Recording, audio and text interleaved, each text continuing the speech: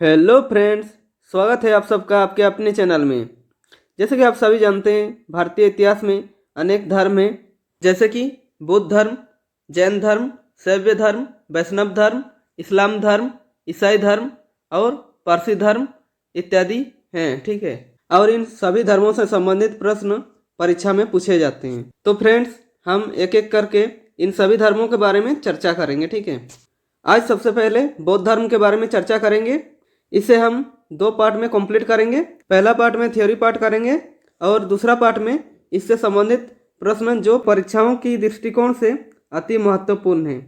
मुझे उम्मीद है कि यह वीडियो आपके लिए हेल्पफुल रहेगी और प्लीज़ वीडियो अच्छी लगे तो लाइक कर दीजिएगा। यदि आप चैनल में नए हैं तो चैनल को सब्सक्राइब कर दीजिए। तो चलिए ज़्यादा देरी नहीं करते हुए शुरू करते हैं। देखिए, बौद्ध धर्म के संस्थापक गौतम बुद्ध थे। इन्हें एशिया का ज्योति पूज्य यानी कि लाइट ऑफ एशिया कहा जाता है। ठीक है, गौतम बुद्ध का जन्म 563 ईसा पूर्व में कपिलवस्तु के लुम्बिनी नामक स्थान पर हुआ था, जो कि नेपाल में है। ठीक है, इनके पिता का नाम शुद्धोधन था। शुद्धोधन शाक्यगण के मुखिया थे। ठीक है, और माता का नाम महामाया या माया देवी कह सकते हैं, और सौतेली माँ का नाम प्रजापति गौतमी था। ठीक है, ये सारे नाम याद रखेंगे क्योंकि एग्जाम में ये सारे नाम पूछे जाते हैं। इनकी माँ महामाया जो कोलिय वंश से थी, जिनका गौतम बुद्ध के जन्म के 7 दिन बाद निधन हुआ, उनका पालन महारानी महामाया की छोटी सागी बहन प्रजापति गौतमी ने किया। इनकी माता महामाया की मृत्यु इनके जन्म के 7वें दिन ही हो गई थी। इनका लालन पालन इनकी सौतेली माँ प्रजापति गौतमी ने किया था। गौतम बुद्ध के बचपन का नाम सिद्धार्थ था। सिद्धार्थ गौतम गोत्र में जन्म लेने के कारण वह गौतम भी कहलाए। ठीक है, सिद्धार्थ जिसका अर्थ है वह जो सिद्धि प्राप्ति के लिए जन्मा हो। जन्म समारोह के दौरान साधु दृष्टा असित ने अपने पहाड़ के निवास से घोषणा की, बच्चा या तो एक महान राजा या एक महान पवित्र पथ प्रदर्शक बनेगा। सिद्धार्थ ने गुरु विश्वामित्र के पास वेद और उपनिषद को तो पढ़ाई, राजकाज और युद्ध विद्या की भी शिक्षा ली।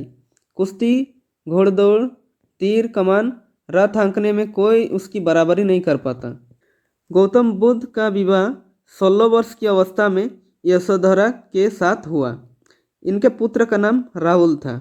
बसंत ऋतु में एक दिन सिद्धार्थ जब कपिलवस्तु की सैर पर निकले तो उन्होंने निम्न 4 दृश्यों को देखा।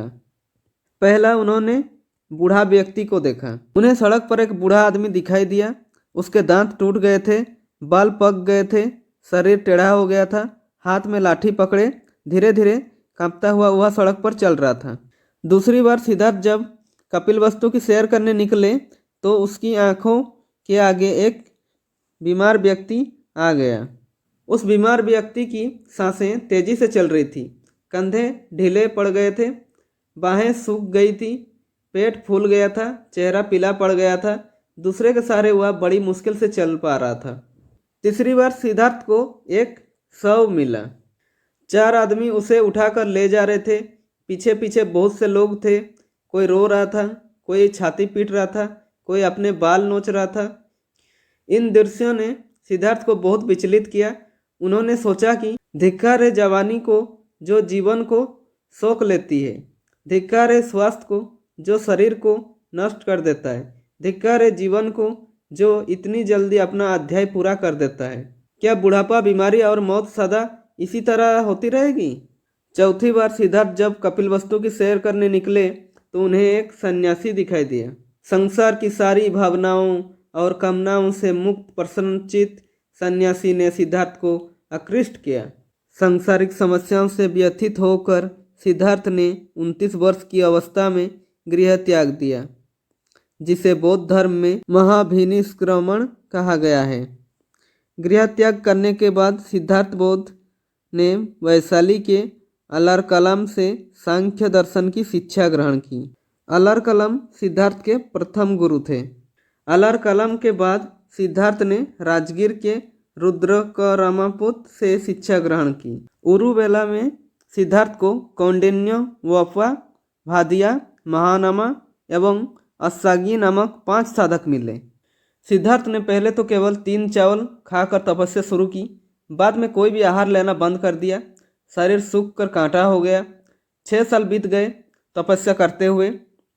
बिना अन्न ग्रहण किए 6 वर्ष कठिन तपस्या के बाद 35 वर्ष की आयु में वैशाख पूर्णिमा की रात निरंजना फल्गु नदी के किनारे पीपल वृक्ष के नीचे सिद्धार्थ को ज्ञान प्राप्त हुआ।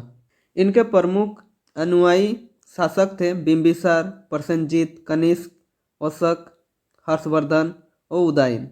वे 80 वर्ष की उम्र तक अपने धर्म का संस्कृत के बजाय उस समय की सीधी सरल लोक भाषा पाली में प्रचार करते रहे। उनकी सीधे सरल धर्म की लोकप्रियता तेजी से बढ़ने लगी। 4 सप्ताह तक बोधि वृक्ष के नीचे रहकर धर्म का स्वरूप का चिंतन करने के बाद बौद्ध धर्म का उपदेश करने निकल पड़े। आषाढ़ की पूर्णिमा को वे काशी के पास सारनाथ पहुँचे।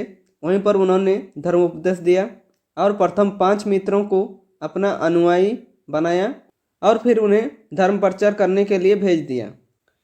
प्रजापति गौतमी बुद्ध की विमाता को सर्वप्रथम बौद्ध संघ में प्रवेश मिला। आनंद बुद्ध का प्रिय शिष्य था। बुद्ध आनंद को ही संबोधित करके अपने उपदेश देते थे। बुद्ध की मृत्यु 80 वर्ष की अवस्था में 483 ईसा पूर्व में कुशीनारा देवरिया उत्तर प्रदेश में चून द्वारा अर्पित भोजन करने के बाद हो गई, जिसे बौद्ध धर्म में महापरिनिर्वाण कहा गया है। मलों ने अत्यंत सम्मानपूर्वक बुद्ध का अंत्येष्टि संस्कार किया। एक अनुश्रुति के अनुसार मृत्यु के बाद बुद्ध के शरीर के अवशेषों को 8 भागों में बांटकर उन पर 8 स्तूपों का निर्माण कराया गया। बुद्ध के जन्म एवं मृत्यु की तिथि को चीनी परंपरा के कैंटेनो अभिलेख के आधार पर निश्चित किया गया है। बौद्ध धर्म के बारे में हमें विशद ज्ञान त्रिपिटक से प्राप्त होता है। तीनों पिटकों की भाषा पाली है। तीनों पिटकों का नाम क्या है? पहला है विनय पिटक, दूसरा है सूत्र पिटक और तीसरा है अभिदंभ पिटक। बौद्ध धर्म में पुनर्जन्म की मान्यता है।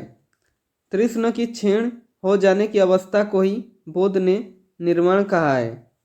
विश्व दुखों से भरा है का सिद्धांत बुद्ध ने उपनिषद से लिया है। बौद्ध के अनुयायी 2 भागों में विभाजित थे। पहला भिक्षुक, दूसरा उपासक। भिक्षुक बौद्ध धर्म के प्रचार के लिए जिन्होंने संन्यास ग्रहण किया उन्हें भिक्षुक कहा गया, और दूसरा उपासक गृहस्थ जीवन व्यतीत करते हुए बौद्ध धर्म अपनाने वालों को उपासक कहा गया है। ठीक है। बौद्ध संघ में सम्मिलित होने के लिए न्यूनतम आयु सीमा 15 वर्ष थी। बौद्ध संघ में प्रविष्टि होने को उपसंपदा कहा जाता था। बौद्ध धर्म के त्रिरत्न हैं, बुद्ध, धम्म एवं संघ। ठीक है, याद रखिएगा ये त्रिरत्न। बौद्ध धर्म में 4 बौद्ध सभाएं हुआ था, जो कि प्रथम बौद्ध संगीति, द्वितीय बौद्ध संगीति, तृतीय बौद्ध संगीति और चतुर्थ बौद्ध संगीति है। ये मोस्ट इम्पोर्टेंट है एग्जाम के दृष्टिकोण से। तो यहाँ पे देखिए 4 कॉलम बना हुआ है। पहला कॉलम में सभा लिखा हुआ है, दूसरा में समय, तीसरा कॉलम में लिखा हुआ है स्थान और किसकी अध्यक्षता में हुई है, ये चौथा कॉलम में लिखा हुआ है, और शासनकाल यानी कि किसके शासनकाल में। जैसे कि प्रथम बौद्ध संगीति, समय है 483 ईस्वी पूर्व, स्थान है राजगृह में हुआ था और किसकी अध्यक्षता में, महाकश्यप की अध्यक्षता में, और शासनकाल किसके शासनकाल था उस समय, राजा अजातशत्रु के शासनकाल में हुआ था। ठीक है। द्वितीय बौद्ध संगीति, समय है 383 ईस्वी पूर्व, स्थान है वैशाली और किसकी अध्यक्षता में, सवाकामी की अध्यक्षता में। ठीक है। और शासनकाल है राजा कालाशक के शासनकाल में द्वितीय बौद्ध संगीति हुआ था। ठीक है। उसके तृतीय बौद्ध संगीति, समय है 255 ईस्वी पूर्व और स्थान है पाटलिपुत्र में। ठीक है। और किसकी अध्यक्षता में, मोगलीपुत्र तीस की अध्यक्षता में। ठीक है। और उस समय सम्राट अशोक का शासनकाल था। ठीक है। उसके बाद है सभा चतुर्थ बौद्ध संगीति, समय है ईस्वी की प्रथम शताब्दी। ठीक है। और स्थान है कुंडलवन और अध्यक्षता किसकी अध्यक्षता में, वसुमित्र और अशुघस का। और किसकी शासनकाल में, राजा कनिष्क के शासनकाल में चतुर्थ बौद्ध संगीति हुआ था। ठीक है। ये मोस्ट इम्पोर्टेंट है, एग्जाम में इसके क्वेश्चन पूछे जाते हैं। जैसे कि प्रथम बौद्ध संगीति किसके शासनकाल में हुआ था या किसकी अध्यक्षता में हुआ था, इस तरह क्वेश्चन पूछे जाते हैं।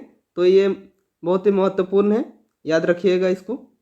उसके बाद है चतुर्थ बौद्ध संगीति के बाद बौद्ध धर्म 2 भागों हीनयान एवं महायान में विभाजित हो गया। ठीक है। तो चलिए देखते हैं हीनयान और महायान क्या है। बौद्ध धर्म के महायान संप्रदाय का आदर्श बोधिसत्व है। बोधिसत्व दूसरे के कल्याण को प्राथमिकता देते हुए अपने निर्वाण में विलंब करते हैं। हीनयान का आदर्श अहर्त पद को प्राप्त करना है। जो व्यक्ति अपनी साधना से निर्वाण की प्राप्ति करते हैं उन्हें ही अहर्त कहा जाता है। उसके बाद देखिए, धार्मिक जुलूस का प्रारंभ सबसे पहले बौद्ध धर्म के द्वारा प्रारंभ किया गया। ठीक है, यहाँ पर इस तरह के प्रश्न पूछे जा सकते हैं, जैसे कि धार्मिक जुलूस का प्रारंभ किस धर्म के द्वारा प्रारंभ किया गया था, तो वहाँ पे क्या आंसर होगा, बौद्ध धर्म। ठीक है, उसके बाद देखिए, बौद्धों का सबसे पवित्र त्यौहार वैशाख पूर्णिमा है, जिसे बुद्ध पूर्णिमा के ही दिन बुद्ध का जन्म, ज्ञान की प्राप्ति एवं महापरिनिर्वाण की प्राप्ति हुई। बुद्ध ने संसारिक दुखों के संबंध में 4 आर्य सत्यों का उपदेश दिया। ये हैं, पहला है दुख, दूसरा है दुख समुदाय, तीसरा है दुख निरोध, चौथा है दुख निरोध गामिनी प्रतिपदा। ठीक है, उसके बाद देखिए, इस सांसारिक दुखों से मुक्ति हेतु बुद्ध ने अष्टांगिक मार्ग की बात कही। वो अष्टांगिक मार्ग क्या है, देखिए ये साधन है। पहला है सम्यक दृष्टि, दूसरा है सम्यक संकल्प, ठीक है, तीसरा है सम्यक वाणी और चौथा है सम्यक कर्मांत। ठीक है, पांचवा है सम्यक आजीव और छठवां है सम्यक व्यायाम और सातवां है सम्यक स्मृति एवं आठवां है सम्यक समाधि। ठीक है, बुद्ध के अनुसार इन अष्टांगिक मार्गों के पालन करने के उपरांत मनुष्य की भव तृष्णा नष्ट हो जाती है और उसे निर्वाण प्राप्त हो जाता है। ठीक है, निर्वाण बौद्ध धर्म का परम लक्ष्य है, जिसका अर्थ है दीपक का बुझ जाना, अर्थात जीवन मरण चक्र से मुक्त होना। ठीक है, उसके बाद देखिए, बुद्ध ने निर्वाण प्राप्ति को सरल बनाने के लिए निम्न 10 शीलों पर बल दिया। पहला है अहिंसा, दूसरा है सत्य, ठीक है, तीसरा है अस्तेय यानी कि चोरी ना करना। ठीक है, उसका चौथा है अपरिग्रह मतलब किसी प्रकार की संपत्ति ना रखना। उसका पांचवा है मद सेवन ना करना और छठवां है असमय भजन ना करना, सातवां है सुखप्रद बिस्तर पर नहीं सोना और आठवां है धन संचय ना करना और 9 नंबर में स्त्रियों से दूर रहना और 10वां है नृत्य गान आदि से दूर रहना। बुद्ध ने निर्वाण प्राप्ति को सरल बनाने के लिए इन 10 शीलों पर बल दिया है। गृहस्थों के लिए केवल प्रथम 5 शील यानी कि अहिंसा, सत्य, अस्तेय, अपरिग्रह और मद सेवन ना करना तथा भिक्षुओं के लिए 10 शील मानना अनिवार्य था। सर्वाधिक बुद्ध मूर्तियों का निर्माण गांधार शैली के अंतर्गत किया गया, लेकिन बुद्ध की प्रथम मूर्ति संभवतः मथुरा कला के अंतर्गत बनी थी। उसके बाद देखिए, तिब्बत, भूटान एवं पड़ोसी देशों में बौद्ध धर्म का प्रचार पद्मसंभव गुरु रिनपांच ने किया। इनका संबंध बौद्ध धर्म के वज्रयान शाखा से था। इनकी 123 फीट ऊंची मूर्ति हिमाचल प्रदेश रेवालसर झील में है। उसका देखिए यहाँ पे नोट लिखा हुआ है, नोट में लिखा हुआ है भारत में उपासना की जाने वाली प्रथम मूर्ति संभवतः बुद्ध की थी। ठीक है, तो फ्रेंड्स यहाँ पे देखिए हमने बौद्ध धर्म के बारे में अच्छे से डिस्कस किया। यहाँ पे देखिए हमारा बौद्ध धर्म का थ्योरी सेक्शन कंप्लीट होता है। थ्योरी सेक्शन कंप्लीट करने के बाद देखिए सेकंड बात आती है कि जो भी हमने पढ़ा इनसे रिलेटेड प्रश्न किस तरह से परीक्षा में पूछे जाते हैं, वो प्रश्न आप इतनी आसानी से सॉल्व कर पाएंगे। तो फ्रेंड्स आप इसका दूसरा पार्ट देखना ना भूलें, जिसमें 50+ प्रश्न करने वाले हैं, जिससे आपका कॉन्फिडेंस और ज़्यादा बढ़ेगा। ठीक है, यदि वीडियो पसंद आए तो लाइक कर दीजिए और हो सके कैसी लगी वीडियो कमेंट बॉक्स में कमेंट करके भी बता सकते हैं।